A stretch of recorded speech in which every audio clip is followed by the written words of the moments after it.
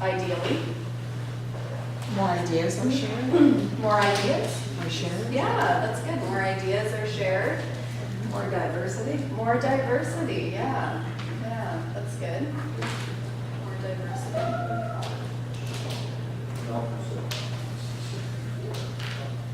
Anything else?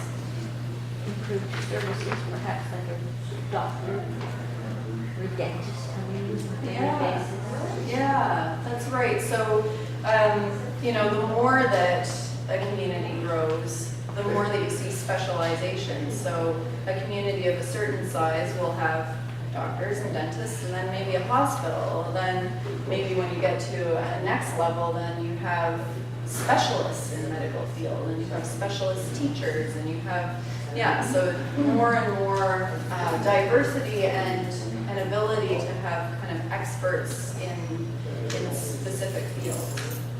Yeah. Schools. Yes. Yeah. What do you guys see as, like, for those of you who have lived in the country and who have lived in the city, what are the differences in your experience? Not necessarily thinking back, you know, to 1835, but just in your own experience, what are the markers of small town living or country living versus city living? In smaller towns or in the country, everyone knows everybody. And then when the city grows, then there's the opportunity to not know everybody. Right. So for some people that really is an opportunity, and for some people that's a loss. Some people like a little bit of anonymity, you know? Like I grew up in a really small town, and I remember going on a field trip to the city, and one of my friends, like, she just loved that nobody looked at her on the street. Like, she thought that was the best. But like, everybody looks at you in Hanover, and everybody has a judgment about you in Hanover, and that's because they know you and they know who you're connected to. And, yeah. We lived in a hamlet for a while. I was actually a pastor in a larger city. When my husband was the pastor in this place that had like 60 people in it.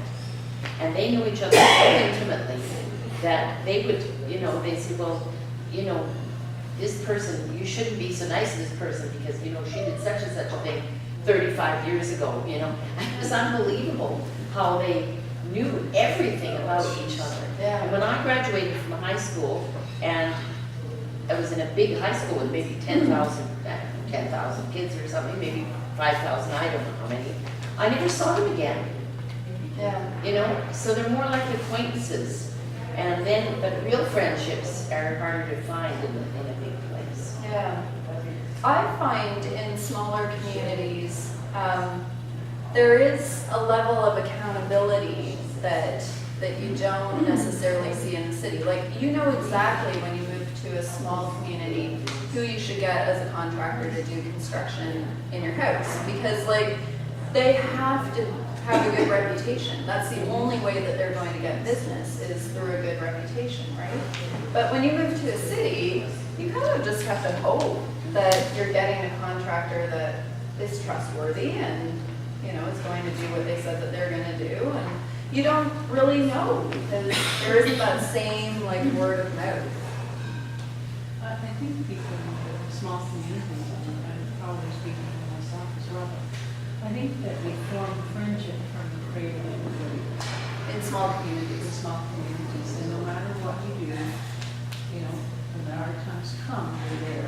Yeah. It doesn't matter whether you're right or wrong, but if you need, your children need help because you're wrong someplace else, there's someone there to do that. Now, see, the flip side of that, and I agree with you, I think that in smaller communities, that sense of knowing that somebody is there for you can be paramount. The flip side of it can be that you might never fit in. You know, like in a small community, if you don't fit in, you never are. You never will fit in. You just never will. You're from our side. You're from away. From away. Yeah, come from away. Yeah. Yeah, so So again, like it's interesting, kind of looking at my friends from high school, the ones who came back to Hanover were the ones who always fit in Hanover. And the ones who just didn't wait to break out of that were the ones who, you know, just never quite marched to the beat of the right drummer. They were really happy to find their other drum beats. So you're saying you can be lonely in either place? I think you can. Yeah. I think you can. How have you seen St. Catharines change in your time being here in St. Catharines? We've all been here for different lengths of time. You're saying you've seen a huge change. So what change have you seen, Christine? What it used to be, you went down St. Paul Street, you knew who owned every business, and you probably knew what their brother did, and what their sister did, and who they were married to, and family, and where the kids went to school, all the way down the street. And nowadays, What's the small town feel? Now, when was that? Like, when are you? that was in sort of, well, I didn't live here in the sixties, but that's when we used to come to the city. We knew who Yeah, owned what. even in the eighties it was like that. You Yeah. knew it was down St. Paul, you owned the business downtown or anything. That's right, you knew who owned everything. Yeah. It's all different now. Not anymore, no, exactly. All the stores are different. Half of them were empty. Yeah. Well, unfortunately. And it's the same thing with doing things, like, you know, the paper mill was busy, things were happening in those days. And so we had sponsors that had money, like American, you know, their family had money, so they helped sponsor the church, and they, you know, did the town. As the time went on, the big families did things, and they deeded money or whatever to different organizations or companies. So, I mean, Rob's home was kept going on private money until, you know, it wasn't big money anymore because it wasn't material paper like it was. So Things changed. this area has seen a complete overhaul in manufacturing. Oh, yeah, and jobs, everybody came to St. Catharines for jobs. Yeah. I mean, you meet your friends at school and their parents had come from Nova Scotia or wherever, because this was the industry, this was the place to come for jobs, this was the place to be. Yeah. And nowadays, you get so much. Well, but I have seen in the short time I've been here, a push toward different kinds of jobs. Right. Now, there may be, I don't think that a lot of them have the same quality, you know, job security and full-time hours and that kind of thing. But there's a major move toward hospitality and restaurants, wine growing, education. You know, the city's really invested in Brock and Niagara College as well. Has seen a lot of. I rented the largest employer in St. Catharines was call centers. Yep. We don't even know that. I mean, Call centers. we don't, where are they? Are they like tucked away in the? Oh, no, there's one on Terrace Street, there's 4 or 5 downtown. I guess I just don't know them. That's right, it was bigger than Brock. 4 or 5 floors of the MTO tower are all call center now. I think the two biggest employers in the area are education and health services. Education and health services. They're by far the largest employers in this region. Yeah. What were you saying? I think when I came to Waterloo, two things that comes into mind was, it just wasn't, if I'm going to get a job, it just went, because there was a lot of opportunities available at different levels, whatever that was. But I also found one thing that really hasn't changed that much, and that is, I thought when we were planning movies, we could take anybody, you know, and try to change them into their way of thinking. But seriously speaking, I think for me, 40-something years ago, I was the one person, and I was the one that had to step out of my box and find friends, where I was used to people stepping into my box and finding friends. And a large amount of that from people that are coming to the city now, that's what you hear. And I just say, you know, go find volunteer, go find somebody who's, you know, you're the one that's among many. So it's still the same. But it's the jobs that really, I think, is important. Let's talk about churches for a second. What happens, what changes when a church grows?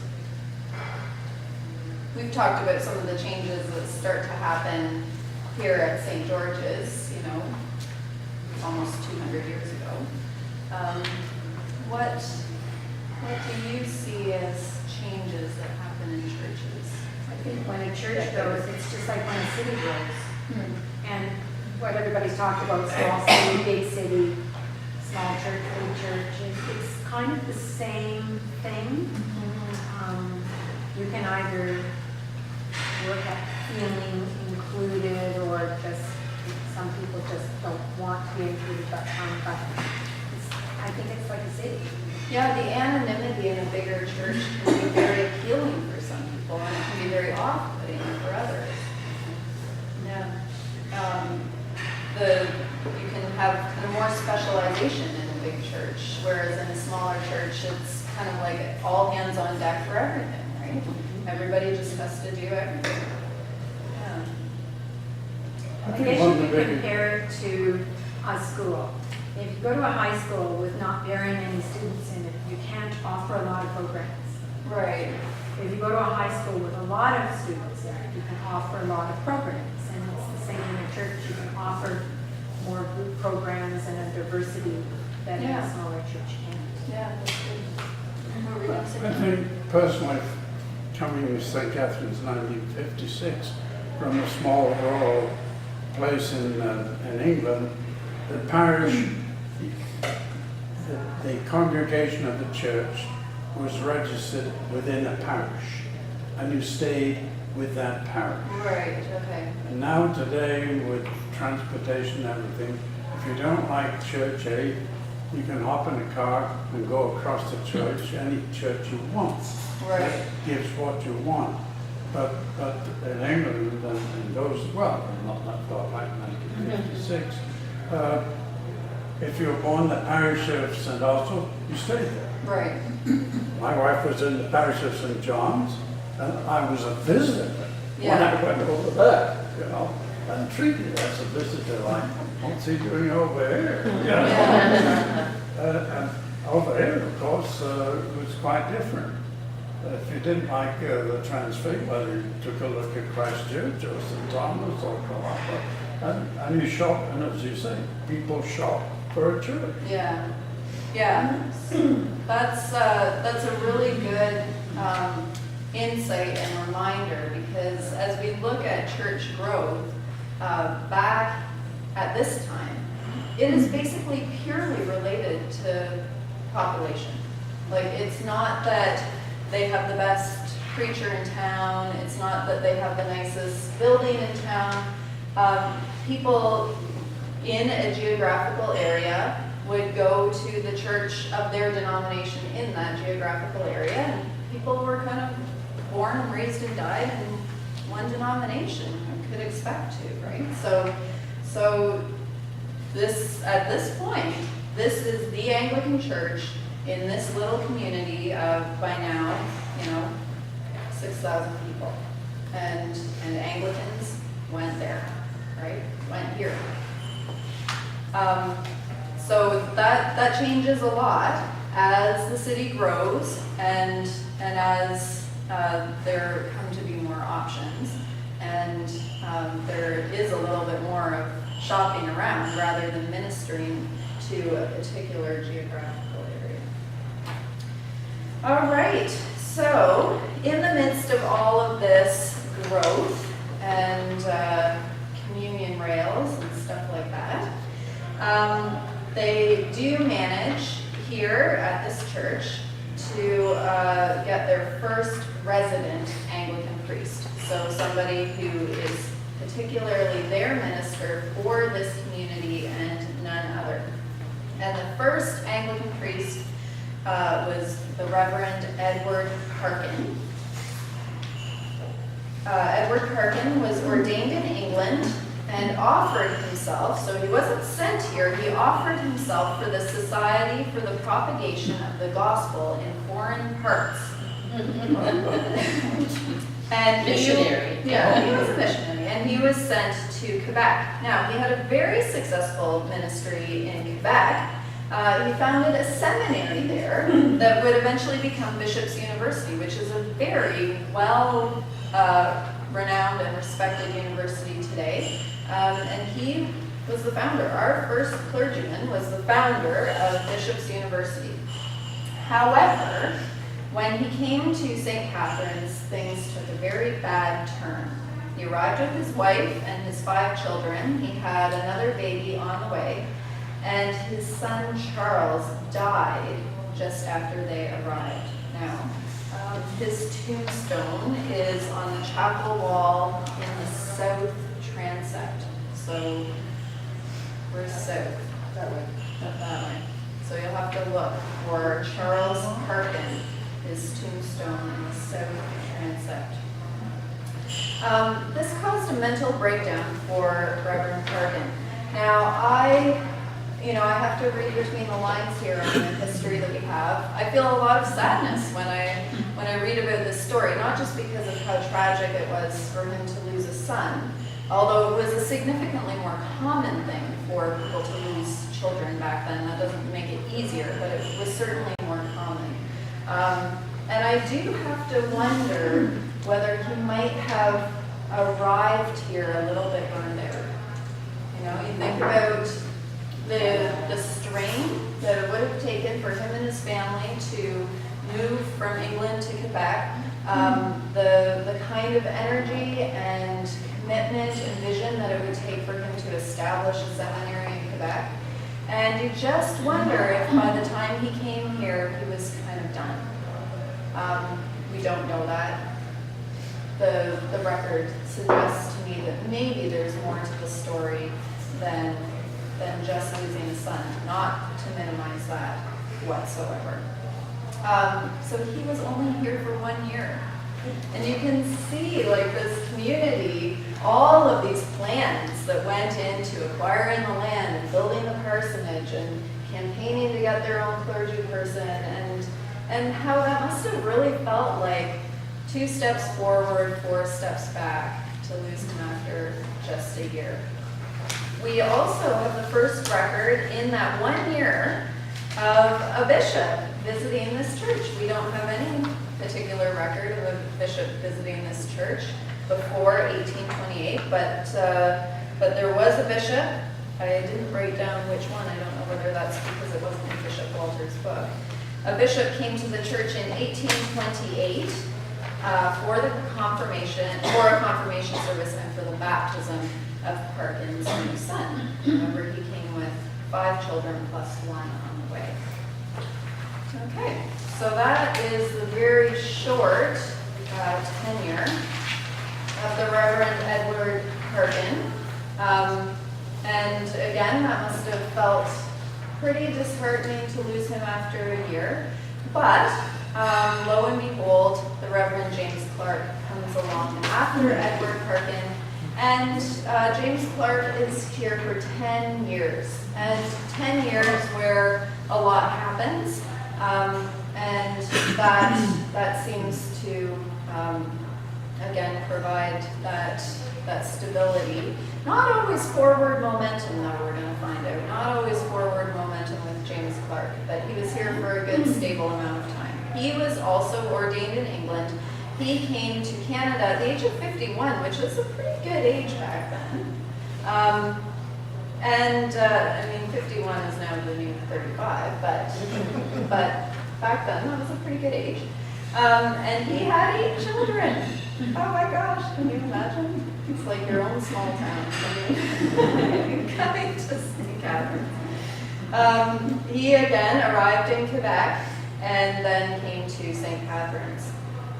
And they shared him a little bit more than they were willing to share some other things. They shared him occasionally with the Lutheran Church in Thorold, as well as the church in Port Dalhousie in the afternoons. So I assume that's St. John's Port Dalhousie. The city is growing, or it's beginning to become a city. They finally got their own clergyman. They've got a parsonage. There's all of the conditions needed for real church growth. But they knew something back then that we continue to know today, which is that you're really not going to grow beyond the size of your facilities. So they start to think about leaving the church over there by the current Burgoyne Bridge and building a new building. Where was the parsonage? I don't know. Does anybody know where the parsonage was? I have to ask Walter, see whether he knows. There was a church on, or a house on Gates. Yeah, that was the bishop. the rectory. Was that the original rectory? I mean, that would be close to the original church, right? Yeah. Well, Yeah, but it was small back then, so. sorry, what was that? Yeah, there were 8 children. Well, and who knows whether, you know, they had the same building, or it might have been the same land, and they might have had a couple of rounds of a building. I don't know, I'll see whether Walter knows that. So the reason for a new piece of land for the new church, rather than just tearing that one down and building something bigger over there, was because that area by the Welland Canal was becoming very industrialized, and a cholera epidemic forced them to close down that cemetery. So that led to the purchase of this land that we are meeting on tonight. And the cemetery was relocated forthwith. That kind of happened first. They relocated the cemetery, and that was by necessity because that one had to be closed down. They purchased this land from Thomas Merritt, who is the father of William Hamilton Merritt. They purchased the land from him for £37. I'm actually surprised that he didn't donate it because he was such a patron of the Anglican Church. But that is what the record says. It was £37. That was a lot of money back then. They bought the land. After 1835, all written documents refer to the name of the church as being St. George's. So prior to 1835, it was called the Church on the 12. Church on the 12. And I don't know whether there were other names or not, but it started to become formally called St. George's after 1835. And that might have been to honor a longtime warden, George Adams, but it was probably more likely simply to align this church with England. And you can see how that would be the case, this being a strong community of loyalists. Align it with the patron saint of England, correct? St. George is the patron saint of England. Okay, so they continued to worship in the old building over there, but it was owned by Methodists. So again, we see a lot of sharing between denominations over the years. So now we have a piece of our history that is connected to the Methodists. And those darn Methodists burnt the church down. So that plan went out the window. They could no longer worship over there. That might explain our question about the church being deeded to the Episcopal Church. So maybe that church was deeded to the Episcopal Church, and then it was sold. This one was not probably deeded to the Episcopal Church. So the church building burnt down, and the Presbyterians, the nice Presbyterians who they have quite a bit of connected, shared history with over the years, they said, well, come and worship with us. And the Anglicans refused. They weren't going to hang out with the Presbyterians anymore, thank you very much. And so they decided that they would meet in the upper room of Grantham Academy. Does anybody know where that is? Across the road? Down the road? Oh, Fogart's. Okay. Next door. Next door. Okay, so they were worshiping in the upper room. That sounds very scriptural. Next door, supposedly temporarily. 4 years later, they're still hanging out in the upper room. They ran into a little bit of a mess. They ran out of money. They started the building project. They couldn't complete the building project. And as their congregation and other congregations grew, that there was a lot less sharing between denominations. So, maybe they tried to go back to the Presbyterian offer, but the Presbyterians no longer wanted to have them. So they were just stuck in that room, and basically the building project just came to a halt here on this land for 4 years. Now, people eventually got a little bit sick of that nonsense, like, we've got the land, we've started the building project, let's finish it already. And so there were a series of letters to the editor they were written anonymously, but they were thought to have probably being written by some of the people in the congregation, the Anglican congregation itself, criticizing the lack of leadership and the sad state of the Anglican Church in this area. In one of the letters to the editor, it said, "The congregation is the richest and most respectable in and about St. Catharines.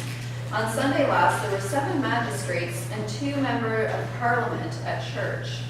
So, you have no excuse, kids, for not building your church. And it does kind of make you wonder about those 4 years, why there was such lethargy about getting the building built, especially if it truly was the richest and most respectable congregation in St. Catharines, whatever that means.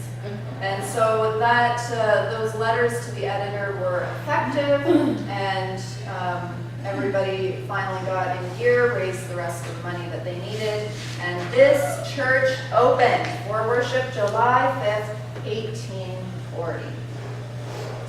On July 12th, so it was July 5th, 1 week later, Reverend James Clark, who had been there for 10 years, was in a serious accident on his way to leading Sunday services, and he died 2 days later. So this massive accomplishment to finally get this building built, and then this really serious blow to the congregation just 1 week later. So let's come back to where we started tonight. Let's come back to Reverend James Clark's sermon in 1835 when that cornerstone was laid. And he says, "It is not of the visible church our Lord here speaks. It is the invisible one that should be afterwards built on the foundation of the apostles and prophets, Jesus Christ himself being the chief cornerstone." So, what foundation is the church built on? What are the non-negotiable things that you would think that this church, our church, is built on? And I don't mean bricks and mortar. I mean the invisible foundation. What is the invisible foundation? James Clark names a couple of things, the apostles and prophets. What do you think are the non-negotiable pieces?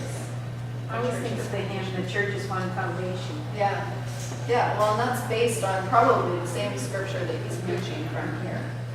The church's one foundation is Jesus Christ, her Lord. It's Lord, yeah. Used to be her Lord. Jesus Christ, her Lord. Yeah. Okay, so the church's foundation is Jesus. What does that mean? What does it mean for Jesus to be the foundation?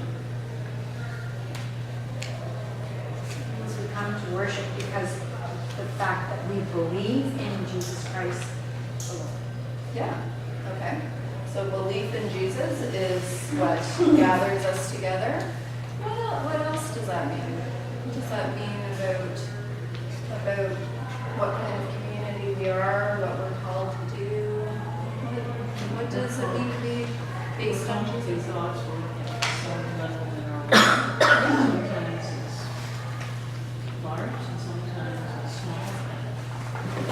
Yeah, we're called to do God's work, and let's push on that a little bit. What is God's work? Name some things that would be God's work. He gives a pretty big hint in his words when he mentions the work of that it should be built on the foundation of the apostles and the prophets. So think about the work of the apostles and the prophets, what they did. They went hard to get more people to come and join the churches, or the church. That's some of what they did. What else did they do? Teaching and sharing. Teaching. Teaching. What else? Sharing. I heard a couple of people say teaching. What was the second thing you said? Sharing. Sharing. Sharing what? Support and whether it's food or helping look after adults, seniors. Yeah. Remember that first week when we talked about what the church was, and we looked at that passage from Acts. What did they share? They shared everything. They shared all of their money. They held all of their goods in common. Now we don't do that today, but that level of generosity is at the foundation of what Jesus invited of us. Like, we see our lives as belonging to God, and so we share what we have as generously as possible. What else does it mean to have Jesus as our cornerstone?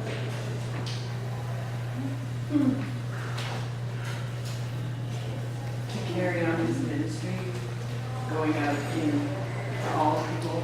Yeah. So that's kind of the bookend to what Angie said. So one piece of that is that we invite people in. There's this ministry of welcome, inviting people in to join us. But the other piece of that coming in is the going out, the being willing to go out and to share what we have, to share God's love, whatever, in a variety of ways that's going to look like, without necessarily the expectation that is then going to result in people coming back to us. There's that give without counting the cost and without expecting anything in return. What else? We're really good at remembering the work of the apostles and not usually so good at remembering the work of the prophets. So what did the prophets do? Challenged us. Be different. Different how? Better.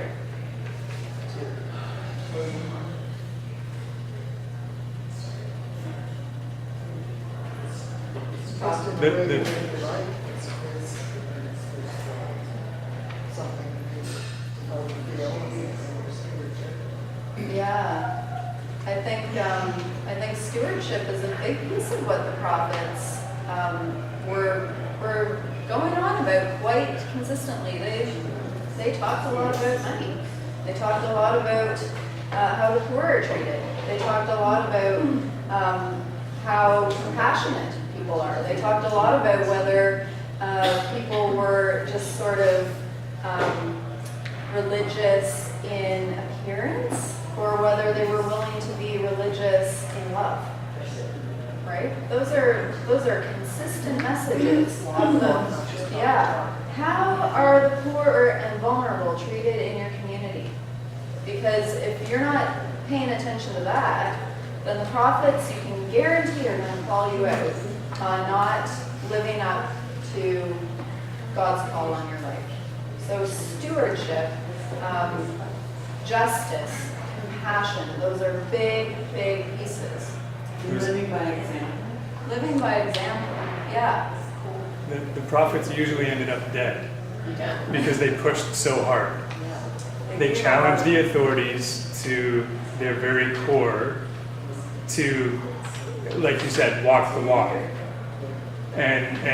So the prophets always called people back to God's way. And that got them killed. They Much the said- same way as Jesus. They said, some of them even said, God doesn't care about your beautiful worship service and your magnificent singing, your perfect way of doing doing worship. We want justice. God wants justice. That was It's very Amos. strong. And Yeah. they didn't say it nicely. So that's also what got them killed. I mean, Martha put it in a very nice way, but the prophets didn't. And that's what got them killed. I mean, you say things nicely and it doesn't make people mad. You say things in ways that get them riled up and angry, then, you know, ultimately you do it for long enough and No good deed goes unpunished. yeah. So, but that's, and so, like, that's not in there by accident, right? That's not in his sermon by accident at the founding of a church and the placing of a cornerstone. It's reminding people the importance of what Jesus' ministry is and what the inheritance of the ministry of the church is. Like, it's not just saying nice things and being nice people. There's more to it. And even, you know, back then, having lived, some of them, through the Civil War in the United States, having lived through the War of 1812, for this community to have come through that kind of struggle, and then to have gone through the various social movements that they did, and then finally to be in this new building, I imagine that there was maybe a little bit of good old English triumphalism, you know, feeling very pleased with themselves for having built this nice church. So this was a reminder about who they really were and what they were supposed to be about. They're not just nice words. And sitting in the pew isn't enough. Yeah, yeah, just showing up isn't enough. Yeah, going through the motions isn't enough. Yeah. The other thing about the prophets that I'm kind of struck by these days is, and that made them really irritating, was that they always shone a light on their own community. So we can be quite prophetic when we're talking about other people. And what is the major distraction nowadays? What do we really like to be prophetic about nowadays? Donald Trump, right? And we like to kind of like toss up our hands and get in a bit of a snit about, you know, what he's doing now. And that's a really great distraction from doing the self-examination in our own community and where we're falling short and where, you know, we're maybe prone to a lot of the same kind of, we're not prone to the same bad behavior, but you know what I mean? I think all the parts to make it one. And I always think about it, I went to a Crucio weekend a long time ago, and there was a stool with the 3 legs, and I remember one was piety and one was action, and I can't remember the third one at the moment. No, but no, one of them couldn't function without the other because it was a 3-legged stool. Right. So if you lost one, you would just take over. Yeah. So it's sort of being, for lack of a better term, well-rounded. Right, because it's not that there is anything wrong specifically with having a beautiful building and having beautiful worship, and thank goodness, because otherwise we'd all be in a lot of trouble, because we do have a beautiful building and we do have, for the most part, really beautiful worship. So, yeah, that in and of itself isn't the problem, but the prophets call us to make sure that there's the whole picture, right? That the ritual adherence is matched by religious love. Now again, from Reverend James, he says, "May the incense of Christian charity and love be always burning on the altar of this temple, whose foundation stone you are about to lay." Isn't that beautiful? May the incense of Christian charity and love be always burning on the altar of this temple. That is lovely. And these were the inaugural words as our church was built. Now, like I said, there's kind of a 4-year pause there, but really, like, this was the vision. This was the vision going into this building. How do you see St. George's being true to this vision or true to this calling? And how do you think our ancestors would view our church today? Have we honored that legacy? Have we honored that vision? Have we lived up to that calling? What do you think? I think the amount of, the length of time that it's been the church is a testament to that being successful, or Yeah, yeah, it's actually happening. it has actually happened, yeah. So far, so good. Yeah. Yeah, I mean, that's kind of a remarkable thing to think of in and of itself. Like, I think of the 25 good ideas I might have, and one of them actually becomes something, right? Like this good idea really became something. Like, look around us, right? Yeah, so there's something in and of itself right there. What else? Do you think that the incense of Christian charity and love has always been burning on the altar of the temple? It's broken down to the clothes, but now it's got the breakfast program, strong incentive, but it's a feeling of welcome, making you feel welcome. And, you know, dinners and pop-up dinners and things like that, all welcome. Locking the doors and I would like to think that Reverend James Clark would be pretty happy looking down on our ministries of community.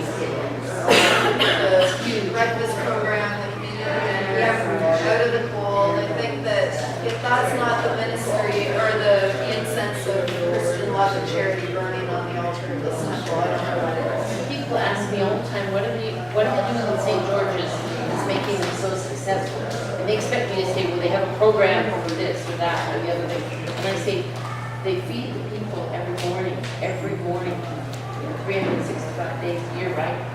And they have all kinds of other programs, and they're doing the refugee thing, and these are the things that then the people that attend that beautiful worship service know that there's substance underneath caring. And the other thing is, I've been an outsider all my life.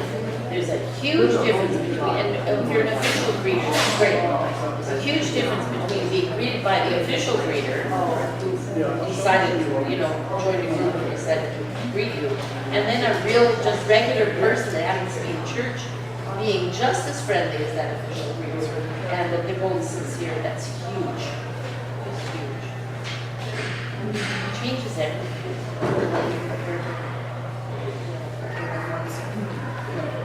group is open, everybody don't have to be social, you just have to be Right. So those ministries where it really is like, no questions asked, you don't have to be a member, you don't have to believe certain things, you don't have to, those kinds of things are that, the incense of Christian charity and love, yeah, for sure. I at one point in time, I didn't think that I would enjoy doing the house program. I was working on a part of me thought, I don't think that's something I can do until I started. And it's like, I don't know, maybe this sounds crazy, but it seems as if when I come to the breakfast program and those people, when you give them a piece of toast, a cup of coffee, and some cereal or something, and for the most part, they look at me and I say, it just sounds like a good church. It's Oh, yeah? But it's like, I never thought I would feel that way about, I just thought I couldn't handle it.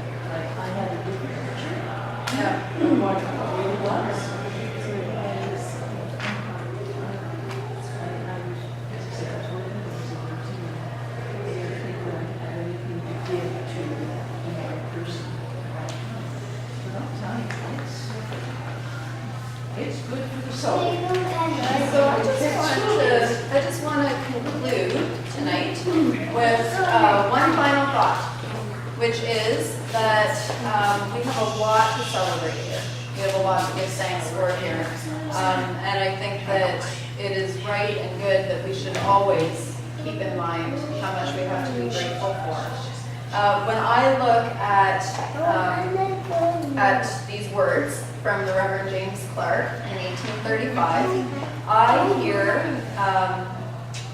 this inspirational vision that I really see us living into.